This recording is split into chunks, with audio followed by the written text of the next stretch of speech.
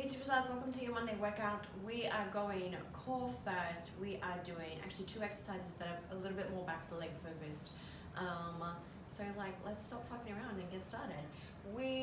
If you have a band for this exercise, that's gonna be really helpful. If not, no stress, it can be done body weight. If you have a plate, that'll also do the trick, kettlebell, dumbbell, whatever you have. Let me show you with no resistance first. So we're gonna be on the floor, and we're going to move this out of the way, and we're going to be doing leg lifts, leg lowers. I don't know what you want to call them. It's something more core focused. So resting the head on the ground, palms facing into the floor, not under the back. That's called cheating. Don't do it. Okay. So hands out, and we're keeping the ribs towards the hips. So we're shortening that distance, keeping the core on. The moment there's a space here, game over, no point, okay? You've lost the tension. So back press into the ground. We are slowly lowering the legs towards the floor. And then if you can go back up from there, we're going back up. Main thing is that we maintain that tension. We also want to pull the toes towards you. So we call this dorsiflexion, yeah? Slow on the way down, control, and then back up. Go to where you can, don't necessarily try and go as low as me. Even if you go to here and back up, that will do the trick, okay? Now don't be surprised if you feel like the muscles in the hips are working, even in the top of the quad. That's really, really normal, okay? So as long as we have that tension there, that is the main thing. If you have a band, irrespective of whether it has handles or not, it will be fine. So long as it's anchored somewhere nice and sturdy, which mine isn't necessarily, but hey, do as I say, not as I do. We are creating tension in the bend, wrists over shoulders, shoulders in the ground. So making sure the shoulders are not coming away from the floor. We do not want this big space. Pull the shoulders down and into the ground. Tension in the bend, and same deal. Towards the floor, and then back up. Keeping the wrists forwards over the shoulders. Do not let them flame back. So it just makes it a little bit more challenging than before. Super strong core. Arms straight, shoulders down. Now, if you don't have a band, but if you have a weight, I don't necessarily recommend 10 kilos. What would I recommend? Probably something more like 5 or 6, around there. I would hold the weight this way. If it's a bigger weight, same deal. Or you can hold a smaller dumbbell or kettlebell in each hand to create the same effect. Keeping the arms straight, wrists over shoulders, back in the floor. So that is exercise 1. From here, you're going to go into hip lifts. You're going to need something like a coffee table or couch for this one.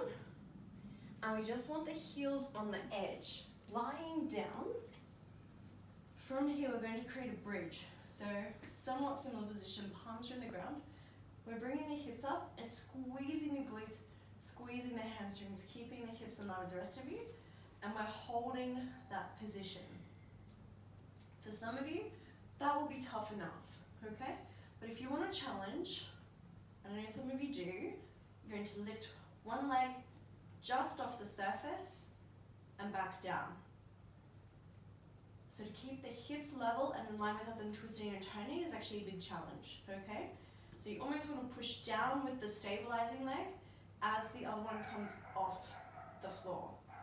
Sorry, not off the floor, off the couch, off the coffee table, whatever it is that you're resting your legs on. Keep the legs straight. We're not doing this, okay? It's not a bar class. We're not doing the can-can. We're building fucking muscle. So I would do one leg at a time. Do 12, 15, 20 on one leg. And then the other. You want to come up and hold it for just a second, and then back down. And I wouldn't go any faster than that. Okay? Now, if you start to feel it in your lower back, probably because your hips are tilting. So as one leg is coming off the surface, the other is rolling to try and compensate. So what I would suggest is that you really zone in on pushing down with that stabilizing leg, engaging the back of the leg to keep the hips level, or just holding that position with both heels on the surface, building up to being able to do a minute, even then perhaps adding a weight on the hips.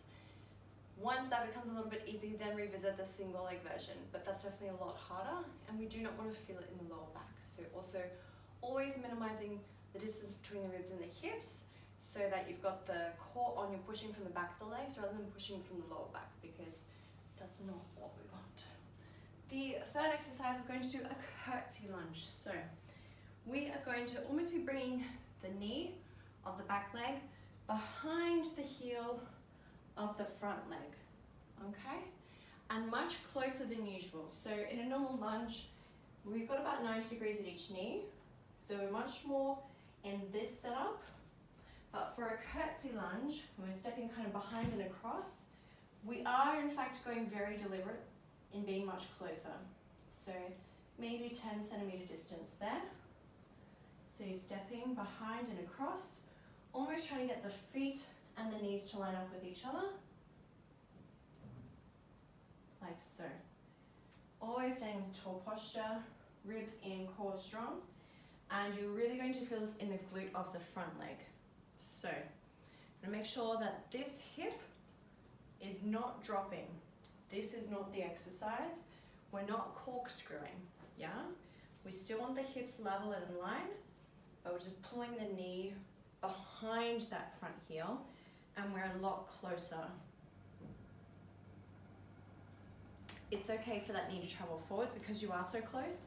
That will in fact happen.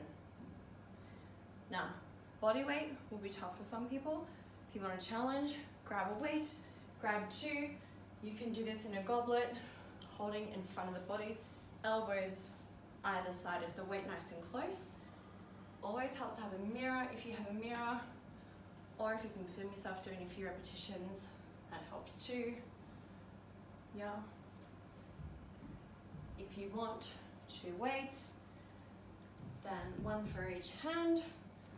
Let me swap legs, balance myself out, across and back, and then forwards, yeah?